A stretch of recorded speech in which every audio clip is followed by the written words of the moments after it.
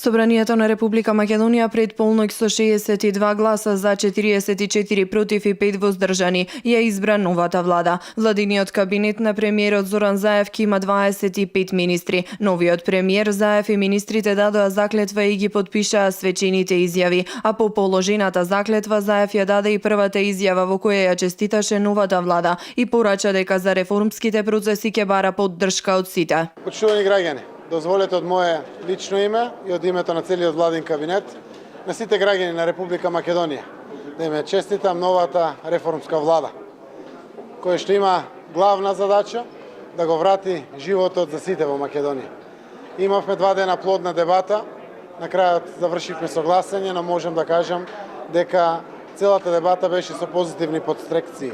Јас сум убеден дека сите заедно ќе соработуваме за она кое што е интерес на сите граѓани и на нашата земја.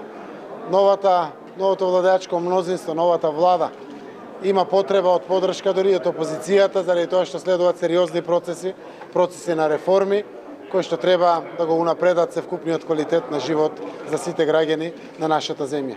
Уште еднаш, среќно наша Македонија. Пред гласањето за избор на новата влада, Заев рече дека ќе работи на сплотување, а не на делење и одговараше на прашањата и забелешките на пратениците, кои беа изнесени за време на дводневниот претрес. На самиот крај побара поддршка од сите пратеници. Почитувани пратеници, со отворено срце и огромна верба дека ќе работиме заедно во интерес на сите граѓани и ќе работиме во интерес на нашата заедничка Македонија.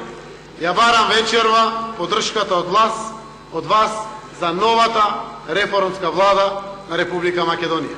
Почитувани граѓани, од сите етнички заедници, од сите политички проминенции, од сите наши различности, барам ваша помош и поддршка за да донесеме живот во Македонија за сите.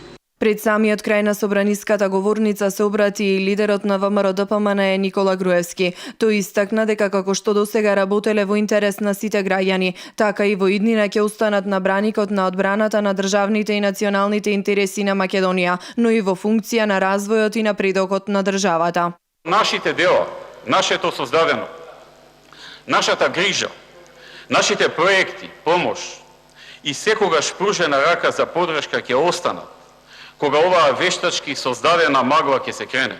Од утре СДСМ ја презема одговорноста за водење на државата. Однапред знам дека најмалку во првите 6 месеци неспособноста ќе ја прикривате со префрлање на вината на нас.